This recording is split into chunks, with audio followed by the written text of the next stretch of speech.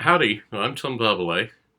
I'm pathetically old now, but about 20 odd years ago, 25, maybe even 30, yeah, let's just say 30, 30 to, let's say 20, 25 to 30 years ago, I used to DJ very frequently. And this is the top 10 record list.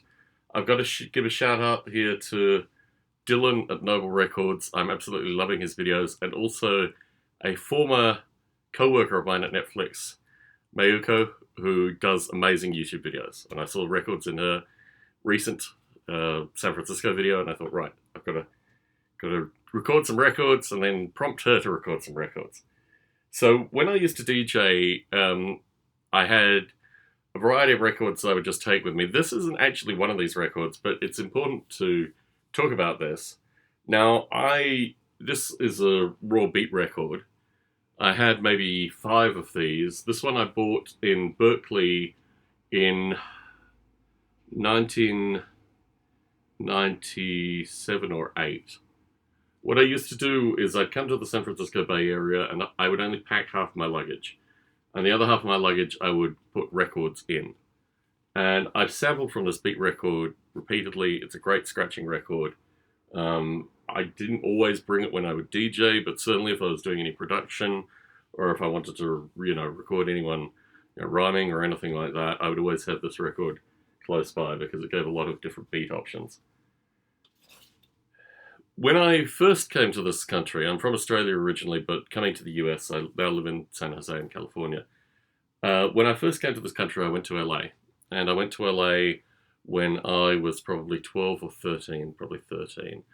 And my father was an academic and he couldn't look after me through regular schooling. So I went to Ralph Waldo Emerson Junior High, which apparently DJ AM also went to as well. I don't think I knew DJ AM. Went to summer school there. But Rhino Records was out the back of my father's apartment. So literally the apartment, the alleyway. The apartment, Rhino Records was there as well. And Rhino Records, let me see if I've got multiple Rhino Records here. I might, but this one I'll talk to. This one I've got many different versions of this. This is in shrink wrap still because I scratched to high heaven the original that I had of this. This has on side 2, it has a track called Simply Done. And this was basically 7 New York, unsigned, unheard of New York rappers rapping. And one of them, called Rob Well, just has one of the most amazing voices for kind of sampling and scratching. What's the sample that I use? Not a rap format that's as cold as a winter. That's one of his. I don't think I used that. Motivated by the Thought of Rage. So the sample Motivated by the Thought of Rage, Rob Well from this as a scratched sample was just absolutely amazing. So I have maybe 3 or 4 copies of this now. I have one in the original plastic. My original copy of this is so completely worn out. These guys never did anything. They were basically a kind of kid and play thing, 1990, on Cold Chilling. What is the producer here? Yeah, I mean, unknown, aside from the fact that one of their friends who is on Simply Done, I just absolutely love. This is another record that I have scratched. This is the original of mine. I've never gotten another copy, but I scratched the bejesus out of this one. The starting lyrics of this one, Pourquoi bon doigt, I used all the time. It has an amazing, what is even the instrument? I don't know, it must be a guitar or something. It's just kind of ghostly. And I used to scratch that all the time. And again, a few of these records you might actually be able to find on my offerings on iTunes. So, original copyright holders, yes, I'll send every piece of money that I've ever made on your songs directly to you.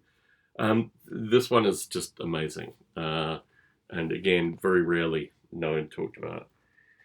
This one I've never been stupid enough to actually include in anything that is on iTunes. But the Springfield Soul Stew here is just it's basically a series of just really nice production instrumentals, um, which is a favorite sampling of mine. This is original as well, as you can see, because it's coming out. This Tracy Chapman, in particular, Fast Car. I mean, talk about Revolution is also great, but Fast Car, you can loop Fast Car till, you could scratch a beat over it. It is just so universal. And I think there was a track which has never been released called Escape. Well, obviously, because if I sampled this, I'm not going to be releasing it. Anyway, yeah, it used Fast Car. What other ones? Talking about Revolution is also good, but Fast Car is just so completely defining.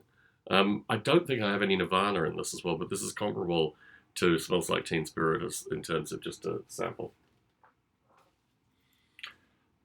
I have a Hare Krishna record as well, which I don't know. Maybe this is it. Yeah, this is the Hare Krishna record. Yeah, this is a Hare Krishna record. And I use this all the time as well. Yeah, many samples and live components from this. And just really kind of nihilistically. I mean, I think Hare Krishna music, anyway, is the soul. It's a kind of sound of, urban destruction in part. Every time I'm in London, I always bump into Hare Krishnas. And yeah, sampling this, a lot of live stuff where you just mix it in. One of my favorite records of all time, Stokely Carmichael. This one, Transistor Radio for Sterilization. Just one of my favorite audio samples, and just having Stokely Carmichael talk about a transistor radio for sterilization. And he just has such an amazing voice. So, again, don't think you might. Anyway, so yeah, sample record. A lot of fun. A lot of fun with this one. And used it regularly. There are various bits and pieces in here, but transistor radio for sterilization and the whole conversation around that. And just the political nature of it, and also the point that the transistor, like the radio, just produces sterilized information. Another favorite. Oh my goodness. Look, this is a children's album. It's the Wombles, Wobbling Songs. Tobermory is a favorite sample of this one.